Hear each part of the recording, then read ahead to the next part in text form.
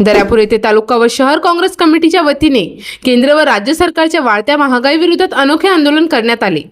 या आंदोलनात कार्यकर्त्यांनी नागरिकांना आणि प्रशासनाला मिलोडी चॉकलेट वाटून निषेध व्यक्त केला।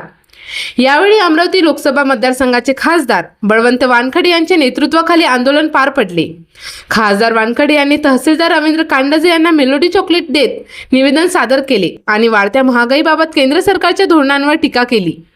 यावेळी सुनील गावंडे, श्रीराम पाटील अरबट, बाळासाहेब टोडे, दिनकर गायगोले, आतिश शिरभाते, भारत आठवले, नितेश वानखडे, शिवाजीराव देशमुख यांच्यासह कृषी उत्पन्न बाजार समितीचे संचालक, खरेदी विक्री संघाचे पदाधिकारी, तालुका व शहर काँग्रेस कमिटीचे कार्यकर्ते, युवक काँग्रेसचे सदस्य, नगरसेविका आणि नागरिक मोठ्या संख्येने उपस्थित होते। काँग्रेसच्या पदाधिकाऱ्यांनी वाढती महागाई, इंधन दरवाढ आणि सर्वसामान्यांच्या वाढत्या आर्थिक अडचणींकडे शासनाचे लक्ष वेधण्यासाठी हे आंदोलन करण्यात आल्याचे सांगितले। आंदोलनानंतर तहसीलदारांना निवेदन देऊन महागाई नियंत्रणासाठी तातडीने उपाययोजना करण्याची मागणी करण्यात आली।